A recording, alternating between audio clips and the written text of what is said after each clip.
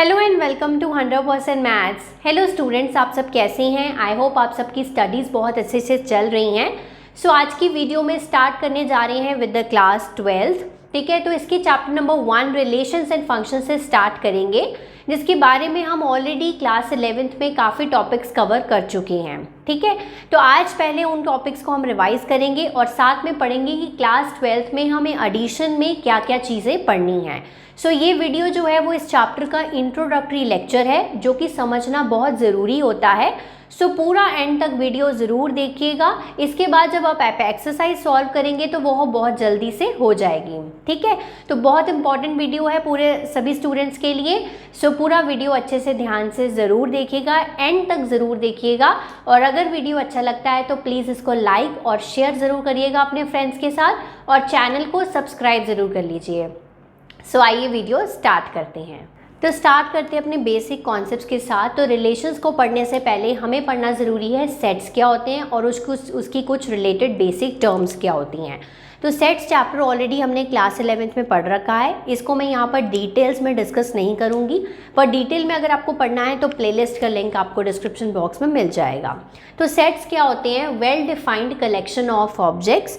Like for example मैंने कहा collection of vowels in English alphabet, तो आप मुझे क्या आंसर करेंगे? इंग्लिश अल्फ़ाबेट में हमारे पास 26 होते हैं। सो वोवल्स होते हैं उसमें 5, A-E-I-O-U, ये होते हैं वोवल्स इन इंग्लिश अल्फ़ाबेट।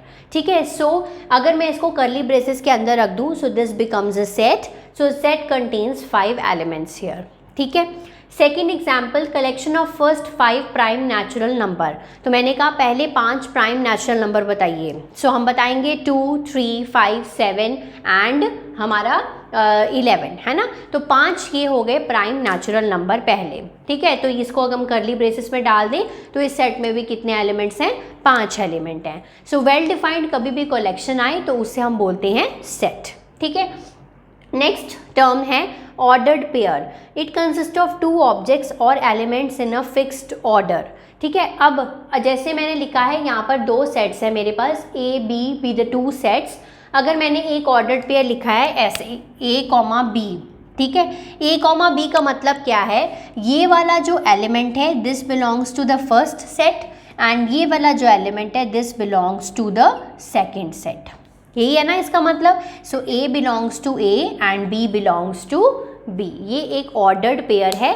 जब हम इसको इस ब्रेसेस में मतलब इस ब्रैकेट्स में रखते हैं और बीच में कॉमा डाल के लिखते हैं, सो this becomes a ordered pair, fixed ordered pair. Order में जब हम किसी ऑब्जेक्ट या एलिमेंट्स को रखते हैं इसको बोलते हैं ऑर्डर्ड पेयर। थर्ड टर्म आ गई कार्टेशियन प्रोडक्ट ऑफ सेट्स। अगर मैंने कहा A, B with 2 non empty sets, अगर किसी 2 सेट्स के बीच में आप क्रॉस का साइन लगा दो तो it means this is a Cartesian product of 2 sets. ठीक है, set of all the ordered pair such that कि A जो है, जो पहले वाला एलिमेंट है वो पहले वाले सेट को बिलोंग करेगा और दूसरा वाला एलिमेंट दूसरे वाले सेट को बिलोंग करेगा। ठीक है, so it is called as a Cartesian product. So हमारे पास एग्जाम्पल है, उससे ज़्यादा क्लियर हो जाएगा। A सेट में हमारे पास 3 एलिमेंट्स हैं, B सेट में हमारे पास 2 एलिमेंट्स हैं। सो A क्रॉस B अगर मुझे लिखना हो तो मैं कैसे लिखूंगी? तो A क्रॉस B लिखने के लिए पहले A के एलिमेंट्स लेने पड़ेंगे फिर B के, क्योंकि A क्रॉस B है। सो 2, 1, ठीक है, so this becomes the first ordered pair, then 2, 2 second ordered pair, then 4, 1, then 4, 2, और ऑर्डर्ड पेयर्स के बीच में आप कॉमा ज़रूर डालेंगे, देन 6, 1, 6, 2। ठीक है, ये आपका आंसर आ गया A क्रॉस B का। अब मैंने बोला B क्रॉस A लिखिए। अब B क्रॉस A का मतलब पहले B के एलिमेंट्स आएंगे फिर A के एलिमेंट्स आएंगे। सो B के एलिमेंट्स क्या हैं? 1, 2 पहला ऑर्डर पेयर हो गया, देन 1, 4, ठीक है, सो 1, 6, देन 2, 2, देन 2, 4, देन 2, 6। ठीक है, तो आप ये देख सकते हैं कि A cross B cross A के बराबर नहीं होता है। ठीक है, सेम चीज़ नहीं है। सो A क्रॉस B मतलब पहले A के एलिमेंट्स फिर B के एलिमेंट्स, B क्रॉस A मतलब पहले B के एलिमेंट्स फिर A के एलिमेंट्स। तो नेक्स्ट चलते हैं हम अपनी इस चैप्टर की पहली टर्म पे, दैट इज़ रिलेशन, जिसके बारे में हम क्लास 11th में थोड़ा सा पढ़ चुके हैं। इसमें हम डिटेल्स में पढ़ेंगे रिलेशंस क्या होते हैं। So relation is let A and B be the 2 sets. तो relation is defined as it is a subset of A cross B, मतलब एग्जाम्पल से समझते हैं, समझ आ जाएगा। ए में हमारे पास 1 2 3 एलिमेंट हैं, बी में ए एंड बी 2 एलिमेंट्स हैं, ठीक है। तो यहाँ पर अगर मैं बोलूँ ए क्रॉस बी आपको लिखना है तो आप कैसे लिखेंगे? So 1 comma a, then 1 comma b, then 2 comma a, then 2 comma b, ठीक है, 3 comma a, then 3 comma b, है ना। ऐसे लिखेंगे आप ये ए क्रॉस बी। अब मैंने कहा ये तो ए क्रॉस बी पूरा हो गया। Find out those ordered pairs whose first element is even. तो आपको दिख रहा है कि पहला एलिमेंट इवन लेना है हमें, मतलब ये वाले दोनों ऑर्डर्ड पेयर लेंगे। तो रिलेशन में हमारे पास क्या आएगा? 2 comma a and 2 comma b, ठीक है। सो बेसिकली जो रिलेशन होता है वो सबसेट होता है ए क्रॉस बी का, ठीक है। जो भी कंडीशन दी हो उसके अकॉर्डिंगली रिलेशन जो है वो डिफाइंड होता है। क्लियर? अब चलते हैं डोमेन एंड रेंज पे। बहुत सिंपल है ये। अब R be the relation from set A to B. Let A set A में 4 एलिमेंट्स है 1 3 5 7 और बी में हमारे पास 2 4 6 8 10 5 एलिमेंट हैं। अब रिलेशन कोई डिफाइंड है जिसमें ये ऑर्डर्ड पेयर्स गिवन है हमें यहाँ पर। अब डोमेन होती है set of all the first component of ordered pair. तो ये रिलेशन है, तो रिलेशन में पहले कंपोनेंट को देखना है। पहला कंपोनेंट मतलब 1 3 5 1, इनको देखना है हमने। This is called as domain. तो 1 3 5 1 रिपीट हो रहा है तो हम वो नहीं लिखेंगे। So this is the domain of this relation, ठीक है। नेक्स्ट आ गया range, set of all the second components. तो सेकेंड कॉम्पोनेंट कौन से हैं? 8 6 2 4. So 8 6 2 4 is the range of this particular relation. Next है हमारे पास टाइप्स ऑफ रिलेशंस। तो बेसिकली 3 टाइप ऑफ रिलेशन हमारे पास होते हैं, वॉइड और empty relation, universal relation and identity relation. तो वॉइड और एम्प्टी नाम से पता चल रहा है खाली, मतलब if no element of set A is related to set A. Let A मान लेते हैं स्टूडेंट्स ऑफ बॉयज़ स्कूल है और मैंने वहाँ पर एक रिलेशन डिफाइन किया है कि A comma B, A is a sister of B. अब अगर वो है ही बॉयज़ स्कूल है तो कोई किसी की सिस्टर कैसे हो सकता है? So this is an empty relation, ठीक है। मतलब इसमें कोई भी एलिमेंट या ऑर्डर पेयर नहीं आएगा। So this is called as empty relation, okay. So let set A 1 2 3 है, बी सेट में 4 5 6 एलिमेंट हैं। तो हमने डिफाइन किया ऑर्डर्ड पेयर ए बी मतलब ए बिलोंग करेगा सेट ए को और बी बिलोंग करेगा सेट बी को, such that a minus b जो है वो कहता है 10 होना चाहिए। अब आप कोई भी एलिमेंट अगर लेकर देख लो, 1 माइनस 4 करोगे तो -3 आ जाएगा, 1 माइनस 5 करोगे तो -4 आ जाएगा। किसी भी कंडीशन में हमारे पास जब भी कोई 2 एलिमेंट ऐसे माइनस करेंगे हम तो 10 के बराबर नहीं आएगा, एक भी ऑर्डर्ड पेयर नहीं आएगा, है ना। So this is an empty relation, मतलब कोई एलिमेंट या कोई ऑर्डर्ड पेयर नहीं आएगा, ओके। देन यूनिवर्सल मतलब सभी के लिए ट्रू, मतलब if each element of set A is related to every element of set A. Example, हमने इसी में लेट ए मान लिया कि स्टूडेंट्स ऑफ बॉयज स्कूल हैं, उसमें एक आर डैश रिलेशन डिफाइन किया। A comma B, difference between height of 2 students is less than 5 metre. कोई भी 2 स्टूडेंट हैं उनके बीच की जो हाइट का डिफरेंस है वो कम होना चाहिए 5 मीटर से, ये तो है पॉसिबल है, ठीक है। तो इसमें सारे ही स्टूडेंट्स आ जाएंगे। सो इसीलिए ये क्या है, एक यूनिवर्सल रिलेशन है। अब यहाँ पर देखो, लेट ए है 10 11 12, ये 3 एलिमेंट हैं, बी में 1 2 3 एलिमेंट हैं। अब ए कॉमा बी यहाँ पर लिया, A belongs to A, B belongs to B, यही होगा।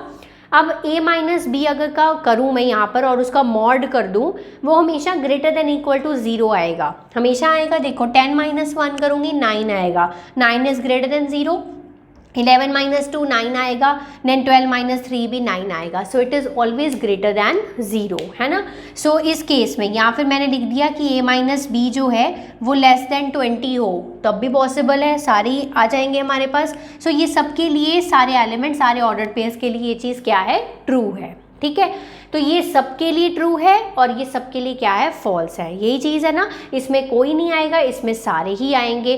तो ऐसे ये जो 2 रिलेशंस है ना, इनको हम बोलते हैं ट्रिवियल रिलेशंस। ये इनकी इंपॉर्टेंस जो है वो बहुत कम है। क्यों? क्योंकि वॉइड वाले में कोई नहीं आएगा, यूनिवर्सल वाले में सारे ही आ जाएंगे, सबके लिए ट्रू है वो चीज़, ठीक है। तो इसीलिए इन दोनों रिलेशंस को कंबाइंड हम बोलते हैं ट्रिवियल रिलेशंस। इनकी थोड़ी इंपॉर्टेंस जो है वो कम है, यूजेज भी बहुत कम होती है, ठीक है जी। Next type of relation is identity. If every element of set A is related to itself only, itself मतलब अपने आप से। अगर मैंने सेट ए डिफाइन किया है 1 2 3, तो इसका जो आइडेंटिटी रिलेशन क्या होगा, 1, 1, 2, 2 एंड 3, 3। जितने एलिमेंट्स होंगे अपने आप से रिलेटेड होंगे, इसको बोलते हैं आइडेंटिटी रिलेशन। क्लियर। मैथमेटिकली हम रिलेशन को लिखते कैसे हैं, दो तरीके से लिखा होगा बुक्स में। एक इस तरह से A, B belongs to R, ठीक है, ये मतलब ये वाला जो ऑर्डर्ड पेयर है, this belongs to relation R, या फिर A is related to B, इस तरह से भी लिखा हो सकता है। So next most important relation is equivalence relation, जिसके बेसिस पे हमारी NCERT एक्सरसाइज 1.1 सॉल्व होएगी। तो relation R is in set A is said to be equivalence relation अगर R जो है वो 3 टाइप का ये होगा, मतलब रिफ्लेक्सिव, सिमेट्रिक एंड ट्रांजिटिव। ठीक है, अगर ये तीनों होगा तो इस रिलेशन को हम बोलेंगे इक्विवेलेंस रिलेशन। ठीक है, तो पहले समझना ज़रूरी है कि रिलेशन रिफ्लेक्सिव कब होगा, रिलेशन सिमेट्रिक कब होगा और रिलेशन ट्रांजिटिव कब होगा। बहुत सिंपल है, चेक करते हैं। रिफ्लेक्सिव, रिफ्लेक्सिव नाम से पता चल रहा है रिफ्लेक्शन। अगर आप अपने मिरर में अपने आप को देख रहे हो तो आपको क्या दिखाई देगा, आप खुद की इमेज दिखाई देगी, रिफ्लेक्शन दिखाई देगी।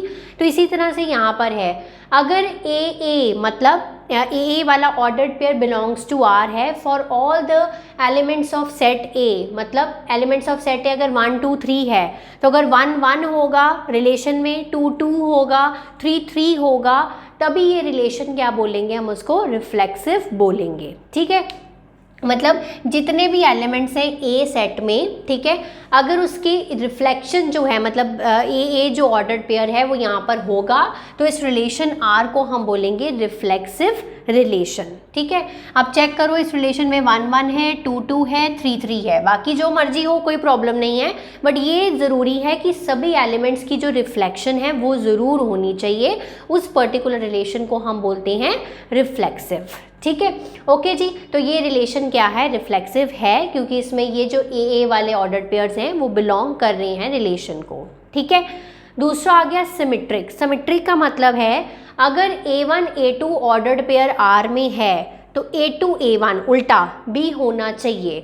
अगर 1, 2 प्रेजेंट है तो 2, 1 भी प्रेजेंट होना चाहिए रिलेशन में। ठीक है, चेक कर लेते हैं, एक रिलेशन और डिफाइन कर लिया, 1 2 2 3 1 3 2 1 3 1 3 2 3 3, ये रिलेशन डिफाइंड है सेट 1 2 3 पे। ठीक है, अब इस रिलेशन को सिमेट्रिक है या नहीं है, ठीक है, चेक करो। 1 2 है, बिल्कुल है, तो उल्टा उसका है 2 1 है तो मतलब है। ठीक है, 2 3 है तो 3 2 भी होना चाहिए, ये भी है। 1 3 है तो 3 1 भी होना चाहिए, और लास्ट में तो 3 3 है, 3 3 का उल्टा 3 3 ही होएगा। ठीक है, तो मतलब हर किसी का जो ऑपोजिट है वो यहाँ पर प्रेजेंट है, मतलब रिवर्स जो है वो प्रेजेंट है। अगर A1 A2 बिलोंग कर रहा है आर को तो A2 A1 भी बिलोंग कर रहा है यहाँ पर आर को। So this relation is symmetric. ठीक है, अब अगर मैं बात करूं कि ये रिलेशन रिफ्लेक्सिव है या नहीं है, तो नहीं है ये रिलेशन रिफ्लेक्सिव। क्यों? क्योंकि इसमें 3 3 तो है, 2 2 कहाँ है और 1 1 कहाँ है, तो ये रिलेशन रिफ्लेक्सिव नहीं है। ठीक है जी, अब ऊपर वाले रिलेशन की अगर मैं बात करूं तो ये रिफ्लेक्सिव तो था, क्या ये सिमेट्रिक है? चेक करो, 1 2 प्रेजेंट है, 2 1 तो है ही नहीं, 1 3 प्रेजेंट है, 3 1 नहीं है। ठीक है, 2 3 प्रेजेंट है, 3 2 नहीं है, तो मतलब ये रिलेशन सिमेट्रिक नहीं है। क्लियर है? नेक्स्ट आ गया ट्रांजिटिव। ट्रांजिटिव का मतलब ट्रांजिशन, मतलब A1 A2 अगर बिलोंग करता है आर को, ऐसे A2 टू A3 बिलोंग कर रहा है आर को, तो A1 और A3 भी होना चाहिए। मतलब क्या है, जैसे मैंने एक रिलेशन डिफाइन किया, अगर 1 2 है और 2 1 है, ठीक है, ये A1 की प्लेस पे है, ये A2 की प्लेस पे है, ये A2 और A3, तो A1 A3 भी होना चाहिए, मतलब 1 1 भी होना चाहिए। ठीक है, तो ये ऐसे रिलेशन को हम बोलते हैं ट्रांजिटिव। और जो relation symmetric, reflexive and transitive तीनों होते हैं उनको बोलते हैं हम इक्विवेलेंस रिलेशंस।